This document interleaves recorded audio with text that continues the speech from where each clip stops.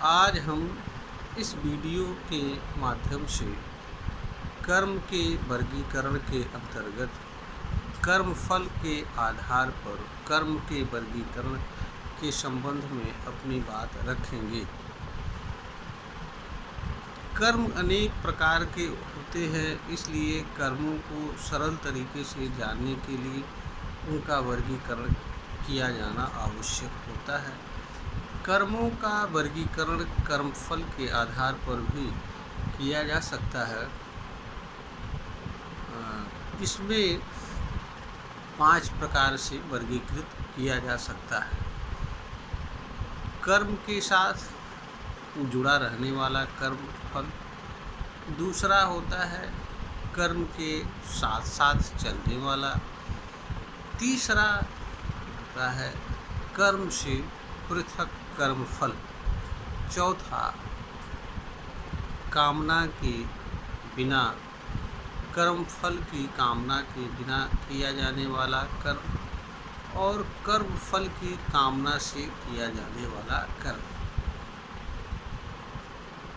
पहले हम नंबर 1 पर बात करते हैं, कर्म से जुड़ा रहने वाला यानी कर्मफल से जुड़ा रहने वाला कर्म।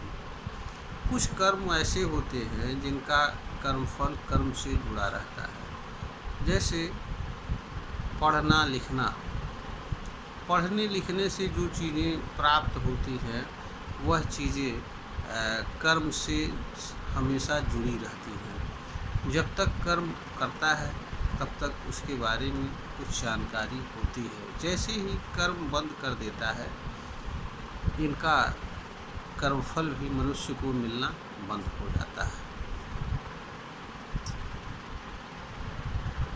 कुछ कर्म ऐसे होते हैं जिनके कर्मफल साथ साथ चलते रहते हैं।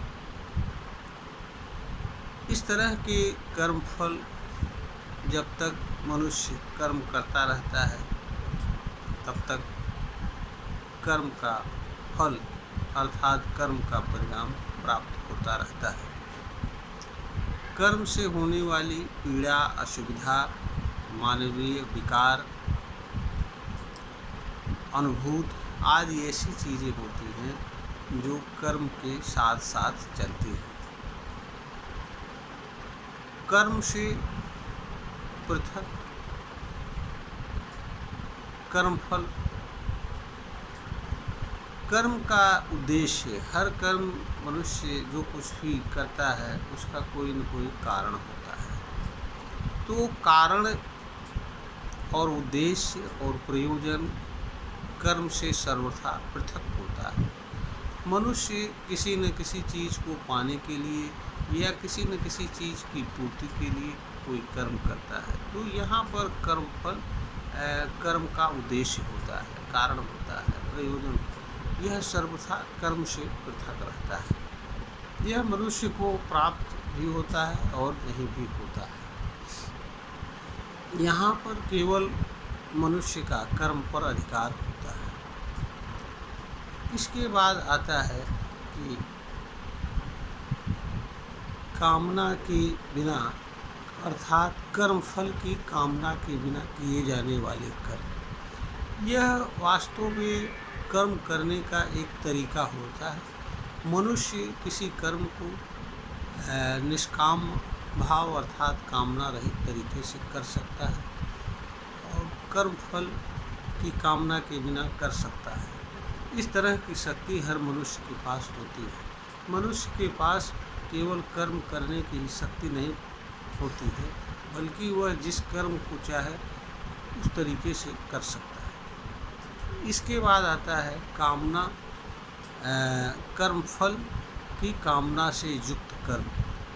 सामान्य रूप से मनुष्य जो भी कर्म करता है कर्मफल की कामना से ही होकर करता है। किसी कर्म को करने का यही सामान्य सा तरीका है मनुष्य का, क्योंकि मनुष्य के भीतर जो इच्छा से जुड़े, कामना से जुड़े कर्म होते हैं, वह सभी कर्म कामना के कारण ही जन्म लेते हैं। कामना के कारण ही मनुष्य कर्म को करने के लिए तैयार होता है। इस कारण से वह कामना के प्रभाव के अधीन रहते हुए कर्म को करता रहता है। बहुत सारे लोगों को इसका ज्ञान भी नहीं होता है। अधिकतर लोग इच्छा, कामना और कर्म को अलग अलग रूप में नहीं देख पाते हैं। इस अज्ञान के कारण लोगों को ऐसा प्रतीत होता है कि वह कामना के बिना कर्म करने की क्षमता नहीं रखते हैं। वास्तव में कामना और कर्म दो अलग अलग चीज़ें हैं, दोनों का अलग अलग कार्य है। कामना कर्म को जन्म देती है, कर्म को निर्धारित करती है और यह निर्धारित करती है कि कर्म के माध्यम से मनुष्य को किस चीज़ को प्राप्त करना है। इसके उपरांत कामना का काम खत्म हो जाता है। मनुष्य चाहे तो कामना के प्रभाव से मुक्त होकर के निष्काम भाव से कर्म कर सकता है, अथवा वह कामना से ग्रसित रहते हुए कर्म को कर सकता है। ये दोनों कर्म के करने के अलग अलग तरीके हैं। इसीलिए इनको अलग अलग रूप में बताया जा रहा है ताकि इसको लोग समझ सकें। यह वीडियो ज्ञानवर्धन हेतु बनाई गई है, प्रेषित की जा रही है। अगर श्रोता को ज्ञानवर्धन के युग प्रतीत हो तो इसे लाइक करें, शेयर करें और सब्सक्राइब करें।